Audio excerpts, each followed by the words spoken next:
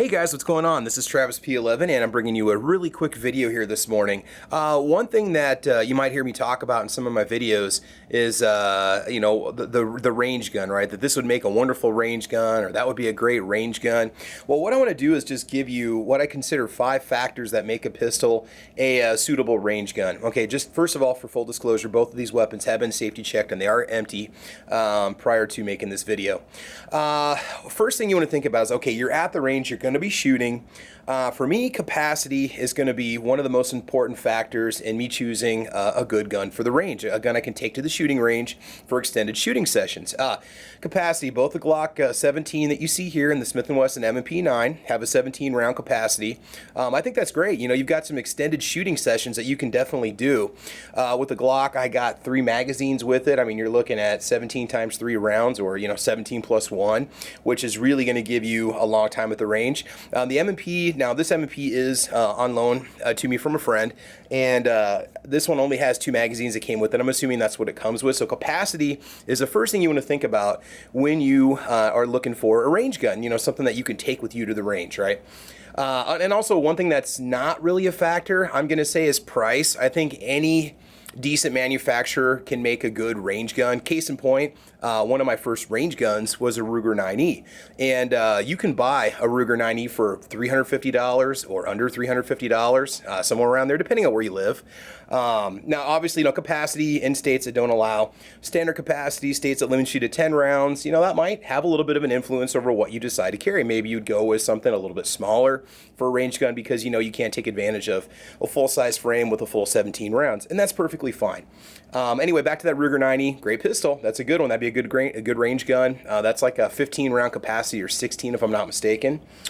Number 2 feature that you need to think about, or something to look forward to, is a full-size frame. Okay, now, what is the difference between a full-size and a mid-size or a compact frame? Why is that going to matter in a range gun? My opinion, this is just all my opinion, a full-size frame is going to allow you to get a nice, comfortable, proper purchase on the firearm, a good grip on the firearm.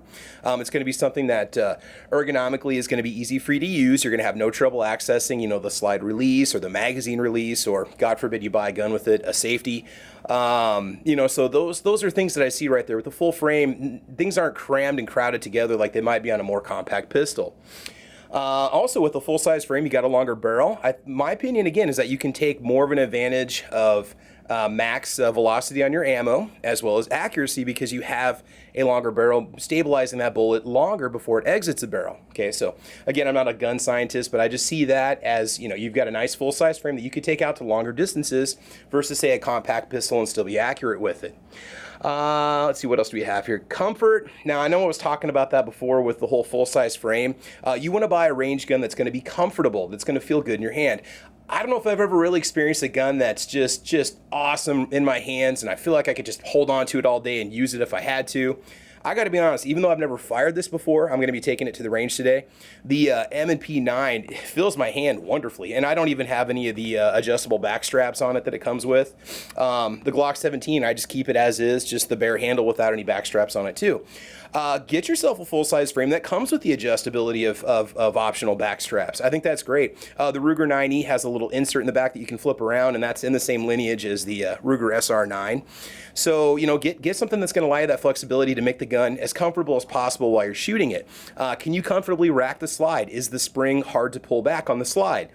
Can your significant other operate the weapon, or say an elderly person if you're going to be training them at the range? Take those things into consideration if you're buying a full-size range gun, say, for a family member. Oh, also with a full-size frame, holstering, you're probably going to be looking at an outside the waistband holster if you're going to be at the range, so you can practice and be comfortable and take your time. Hey, nothing says you can't conceal a G17. Go right ahead. That's cool, fine. But, when you're at the range, sometimes you want to just keep that gun as a backup gun to, say, a gun that you're sighting in, maybe your AR or bolt-action rifle. I always keep one with me, and I know this sounds crazy, but where I shoot, it's fairly isolated, and you never know what's going to come up on you. I don't mean people. You could have, I don't know, it sounds crazy, a mountain lion. We do have them in our neck of the woods occasionally. Coyotes, some sort of a rabid creature, a wild dog. You know, that's why I like to have that, a nice full-size high-capacity firearm as a backup firearm. Nothing wrong with that. It's a perfectly normal decision to do that. Accessories, buy from a reputable manufacturer. Look around before you buy your gun. Are there optional triggers out there that you can buy? Are there lots of different accessories for that gun? Does it have a standard rail? Is it have a proprietary rail where you can only buy a light and a laser from that company? Maybe try to go with something that's just your standard run-of-the-mill. This TLR1 HL has different brackets and adapters that come with it, so you can make it work on various pistols.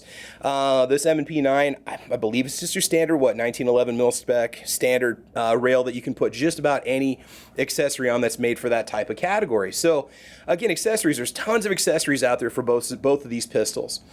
And let's see, the last category that I have here, oh, and this is kind of going along with accessories, the sights out of the box. Does it have nice, big, clear sights that you can easily see, or are you gonna have to spend some money to make it work for you, and get something that's going to allow you to have, look out there. Are there other companies that make sights for the range gun that you're thinking about buying? You know, can you get a True Glow sight? Can you get a nice Trijicon night sight set for your gun? Can you get high sights if you want to run a suppressor? You know, take these things into consideration before you buy your range gun, and put all those factors together. Both of these guns you see right here are wonderful choices. Again, I have not fired the Smith yet. I fired an SD9VE. I did own a Shield. I'm not completely foreign to Smith & Wessons, but if it performs as good as it looks and feels in my hand, I think I'll be very happy with that weapon, and I love my Glock 17. My wife qualified for her concealed carry permit with my Glock 17 Gen 4, and she had no trouble operating it, but good sights definitely a factor. So with that being said, why is it in my video you always see me carrying this? My Taurus PT-111 G2 in flat dark earth. For one thing, this is kind of my beater gun. This is that one gun that I don't mind getting dirty. I don't mind taking it to the range. I don't mind beating it up. I do clean it and I do take care of it. It is a, this particular gun I paid about $265 for it. This one is a special edition, so it costs a little bit more than a standard black one.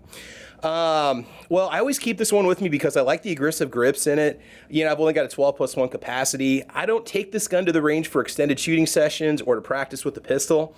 I take the PT-111 with me just as a backup sidearm, and I usually have my concealed carry gun with me also, my Sky CPX2. Does this fit the bill as a good range gun? If this is all you can afford for a pistol, you know, in some places you can get these for as low as $215, $210. Like my local FFL dealer gets really good deals on them, SS Pawn. I don't consider this a range gun. Why? You got the mechanical safety. You've got the more compact grips. You might not be able to fit your full hand on it. You have a more compact rail. Sights, aftermarket sights on this, I wouldn't say they're plentiful. My stepfather has one of these, and he's got the True Glow sights on his, and they were a bit of a pain to get them mounted. And the stock sights are okay, but in order for me to shoot this gun correctly, I have to crank the rear sights all the way to the left to get it to shoot straight, which is fine. I'm just saying. One of the few things that this gun does have that I wish that Glock would have and Smith & Wesson would also add, but they don't, is this little memory rest for your index finger. It is so natural and comfortable for me to keep my finger on that section of the gun when I'm just handling the gun in general. So that really makes for a comfortable, you know, ease of use. So I don't consider it a range gun. I do consider it a good backup gun. You can take it to the range. You can shoot the heck out of it. You know, you do come with two 12-round magazines if you're in a state that allows standard capacity, right? So nothing wrong with the PT-111 G2, but maybe consider for a full-size frame either one of these two pistols. Go for a full-size H&K, go for a full-size SIG. Heck, buy them all. Take one to the range every day of the week. Take a different one if you want to, right? I'm not opposed to any guns, guys. So there you go. Those are my top 5 features that I think would define a range pistol, things you need to think about. Guys, if you got a friend that's thinking about buying a range gun for the first time, or somebody looking for a nice full-size pistol, consider one of these two pistols to introduce them to, or even the PT-111 G2. Now, why don't you ever see me carrying this at the range? Because I'm too lazy to take the light off, because this is my bedside stand gun. I hate having to take it off and take it out there and this and that, whereas it's so much easier just to grab my PT-111, which is in a holster, ready to go. When I do take this to the range, though, I do have a level 2 Blackhawk holster that has a little latch button that you can push to detach it, just to keep it snug in place. I'm not a big fan of the strap over the top of the gun. I don't know, I just prefer the little quick grab and snatch, even though that particular holster, you know, you could have mechanical issues with that button if it would ever fail, but again, it's a range gun. It's my second gun. So there you go, guys. Thanks for watching. Thanks for hanging out with me. Please like or subscribe to the channel. It's great having you guys watch the videos. I'll be putting out more videos as much as I can, and hopefully get out to the range today. The weather's going to be crappy, but I don't care. I want to get out there and shoot this thing and just see how the Smith & Wesson M&P 9 functions and accuracy and so on. And there you go, guys. Thanks for watching, and we will talk to you soon. Like or subscribe. You can follow me on Twitter and Instagram. All the information will be at the bottom of the video. And if you're in the market for a handgun, definitely get a hold of SS Pawn in Lexington, Nebraska. You cannot go wrong. All right, guys. Have fun. Be safe. Take care, and we will talk to you soon. Goodbye.